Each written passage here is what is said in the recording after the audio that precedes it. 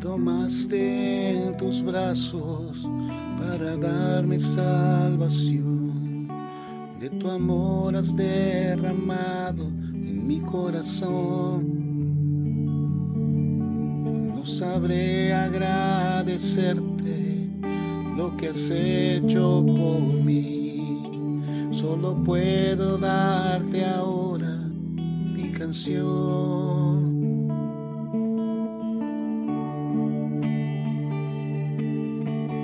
Gracias, gracias Señor, gracias mi Señor Jesús.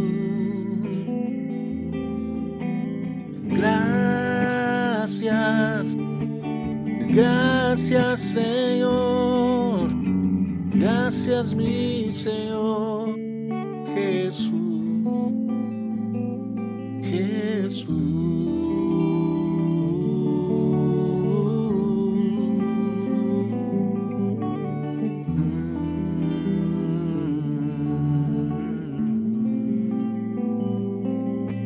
En la cruz diste tu vida, entregaste todo ahí. Vida eterna regalaste al morir. Por tu sangre tengo entrada ante el trono celestial. Puedo entrar confiadamente ante ti.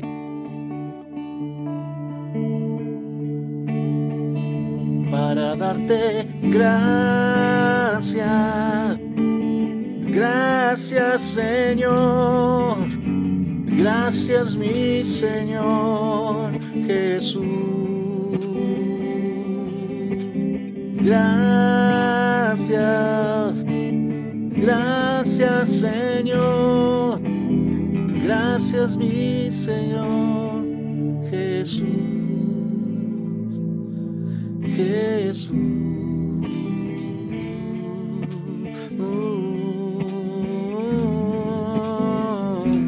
Gracias te damos hoy por todo lo que has hecho. Gracias te damos hoy por todo lo que vas a hacer. Gracias te damos hoy por haber dado tu vida por nosotros.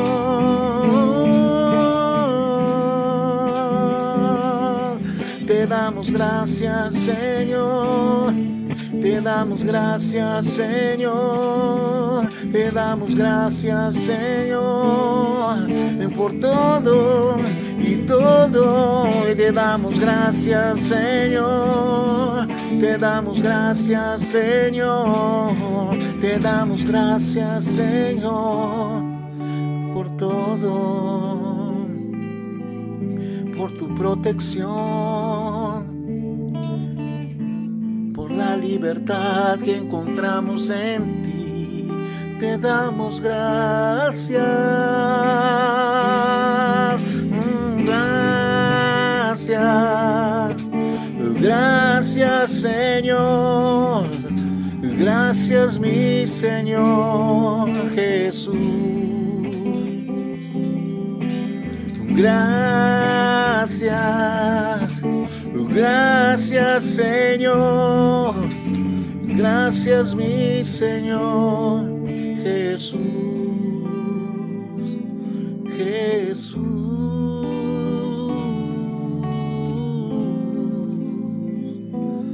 Jesús,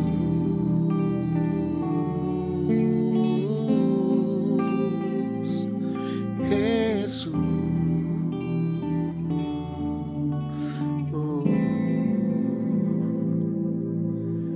Te damos gracias.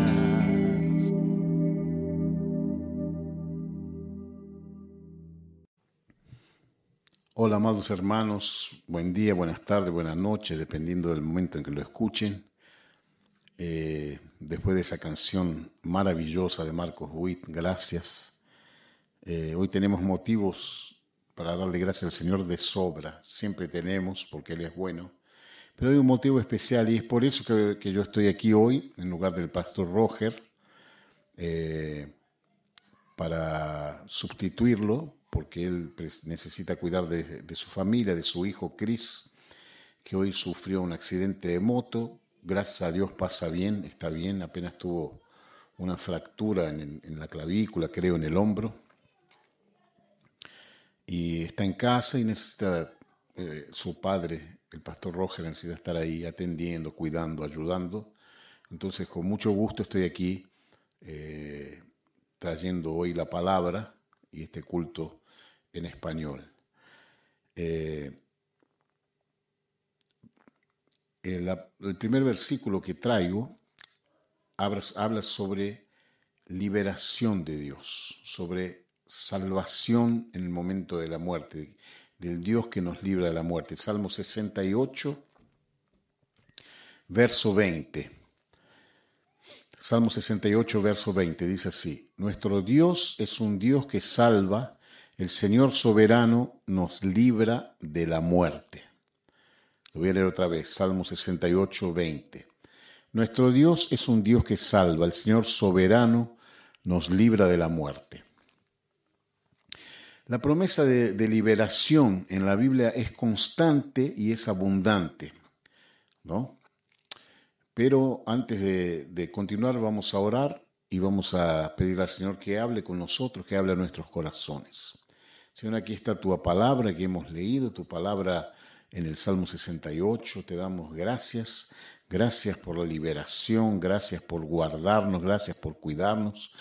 Te damos gracias especialmente por nuestro hermano Chris, que tuvo ese accidente terrible que podía haber terminado de la peor manera, pero tú lo libraste, tú lo guardaste, tú lo protegiste. Podía haber sido atropellado por otros carros en una carretera de alta velocidad.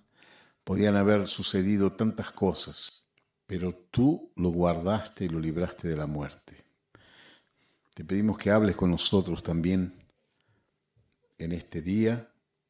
Habla a nuestros corazones, abre nuestros ojos para ver, nuestros oídos para oírte y nuestros corazones para entender cuál es tu buena y perfecta voluntad para nosotros. En el nombre de Jesús. Amén.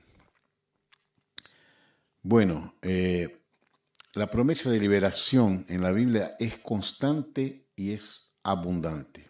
Los vamos a ver por todos lados. Y al confiar el cuidado de nuestra vida al Señor, nos abrimos a una fuente de amor y cuidado interminable y sin precedentes. Entonces, cuando confiamos nuestra vida al Señor, es necesario que hagamos eso, confiar nuestra vida al Señor. Al creer en Él, entregamos y confiamos nuestra vida a Él. Entonces nos vamos a abrir, entrar a una fuente de amor y de cuidado sin precedentes. Es un Dios, nuestro Dios es un Dios que cuida, es un Dios que guarda. Amén. Con sus liberaciones y milagros, Él quiere usarnos para marcar nuestras vidas y las vidas de aquellos que nos rodean, aquellos que están debajo de nuestro cuidado, ¿no? Y Dios, en el Salmo 32, en el verso 7, es un verso interesante, que dice así: Tú eres mi refugio, tú me protegerás del peligro y me rodearás con cánticos de liberación. Mira qué lindo esto, ¿no? Salmo 32, 7. Tú eres mi refugio, tú me protegerás del peligro y me rodearás con cánticos de liberación. Es muy bueno y reconfortante saber que aunque vivimos en un mundo malo y lleno de desigualdades causadas por la maldad humana, el Señor promete rodearnos con su ayuda, promete rodearnos con su liberación, promete rodearnos con su protección, y eso va a sacar de nosotros los mejores cánticos de alabanza, ¿no? La liberación es algo que produce en nosotros una gratitud impresionante. Gloria a Dios. Sabemos que la seguridad electrónica, las vallas eléctricas que puedas poner en tu casa, las cámaras de seguridad, los muros altos, no pueden evitar que alguien nos ataque. Eso es imposible. Pero rodeados por nuestro Dios podemos vivir con nuestras almas en paz, sabiendo que Él nos ha mantenido a salvo todos los días. Es hermoso saber esto. Él nos mantiene a salvo. La liberación hace con que salgan de nuestro corazón los más hermosos cánticos de alabanza. Basta recordar al pueblo de Israel, ¿no? Cuando pasaron por el Mar Rojo y sus enemigos quedaron para atrás y ellos llegaron al otro lado sanos y salvos y totalmente libres de sus enemigos para iniciar su jornada hacia la tierra prometida. Pero ese Salmo 32 que leímos ahora, tú eres mi refugio, tú me protegerás del peligro y me rodearás con cánticos de liberación. También nos muestra antes, vamos a leerlo ahora, que debemos tener nuestra vida en orden con Dios, debemos tener nuestra vida bien con Dios. Si tú no estás bien con Dios, tú no vas a confiar tu vida a Él. Al contrario, vas a confiar en otras cosas, vas a confiar en tu propia habilidad para resolver las cosas, ¿no? Entonces en Salmo 32, verso 3, dice así: mientras guardé silencio, mis huesos se fueron consumiendo por mi gemir todo el día. Mi fuerza se fue debilitando como al calor del verano, porque día y noche tu mano pesaba sobre mí. Pero te confesé mi pecado y no te oculté mi maldad. Me dije, voy a confesar mis transgresiones al Señor, y tú perdonaste mi maldad y mi pecado. Por eso los fieles te invocan en momentos de angustia. Caudalosas aguas podrán desbordarse, pero a ellos no los alcanzarán. Tú eres mi refugio, tú me protegerás del peligro y me rodearás con cánticos de liberación. Disculpe. En el primer versículo que leímos al inicio, antes de la oración, el Salmo 68, verso 20, habla sobre la soberanía de Dios, ¿no? Y el salmista dice nuestro Dios. Entonces, un sentido de pertenecer. Yo pertenezco a Dios y Dios es mío, ¿no? Entonces, se trata de eso. Si tú quieres la liberación de Dios, tú quieres el cuidado de Dios, tú tienes que andar con Dios. Obviamente. No es necesario que tener el rótulo de evangélico, pero sí confiar en Dios, sí creer en Dios. Hay mucha gente por todos lados que creen, confían en Dios y Él los libra y los guarda y los cuida, aunque no tengan el rótulo de evangélicos. Esto se trata de fe. Se trata de fe para poder entregar nuestra vida a los cuidados del Señor. El salmista dijo aquí, mientras guardé silencio, mis huesos se fueron consumiendo. Estaba en pecado, estaba mal, había adulterado, había mandado a matar a una persona y estaba mal. Entonces no lo confesaba el pecado, no lo liberaba, no se lo sacaba de adentro y eso empezó a producir hasta que se le pudrieran los huesos. Esto puede producir cáncer, esto puede producir angustia, depresión y otras enfermedades hasta físicas. Entonces la confesión de pecados, al ser perdonados, sentimos ese alivio, esa paz. Y cuando perdonamos a otros también, pero esto no es el tema de hoy.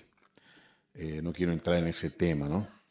Yo lo que quiero decirles es que en una época era nuevo convertido y yo estaba en Brasil, me convertí en Brasil y tenía que ir a Argentina para renovar mi visa a cada 90 días o 3 meses, a no ser que la policía me prorrogaba la visa y podía quedarme un tiempo más. Pero necesitaba ir a Argentina y fui a Argentina y bueno, y me resbalé feo ahí porque llegué, tuve unas invitaciones para tocar. Estábamos en una época de alta inflación. El dinero que yo había llevado en una semana ya no valía nada más, porque la inflación era así, era impresionante. Y bueno, necesitaba dinero y me invitaron a tocar a un lugar donde yo acostumbraba a tocar antes de convertirme, secularmente, tocaba como músico profesional. Fui a tocar, dije, bueno, es una puerta esto para ganar un dinero, para poder volver a Brasil.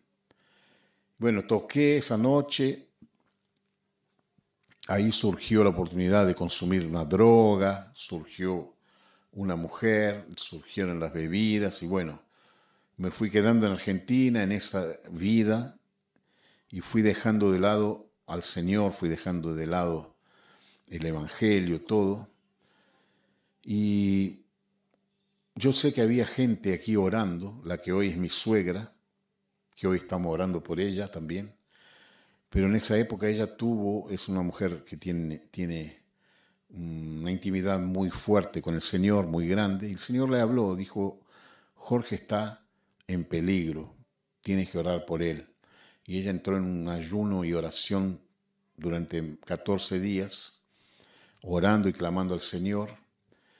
Y bueno, y yo no estaba ahí, pero sentía esa convicción del pecado, pero era más fuerte que yo y yo seguía en esa vida. Hasta que un día cogí una moto ahí de un amigo.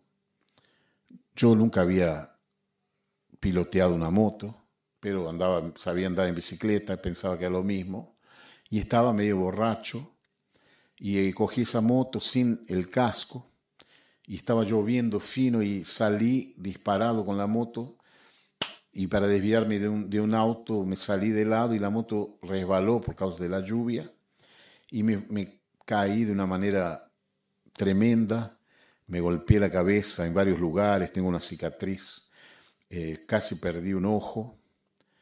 Y yo sé de una cosa, yo me desperté en un hospital. Quedé totalmente inconsciente, me desperté con la persona cosiéndome aquí, el rostro, el ojo, y escuchaba a los médicos así en el medio de una nebulosa, escuchaba a los médicos diciendo que yo iba a perder el ojo derecho. En ese momento todo pasó delante de mí como una película y me vino una gran tristeza en el corazón, un gran arrepentimiento. Y bueno, me llevaron a un cuarto ahí hasta que mi hermana fue a visitarme, alguien la llamó y todo. Y bueno, me desperté bien y todo, y ya lo primero que pedí fue una Biblia. Y bueno, eran las oraciones ahí de los santos surtiendo efecto.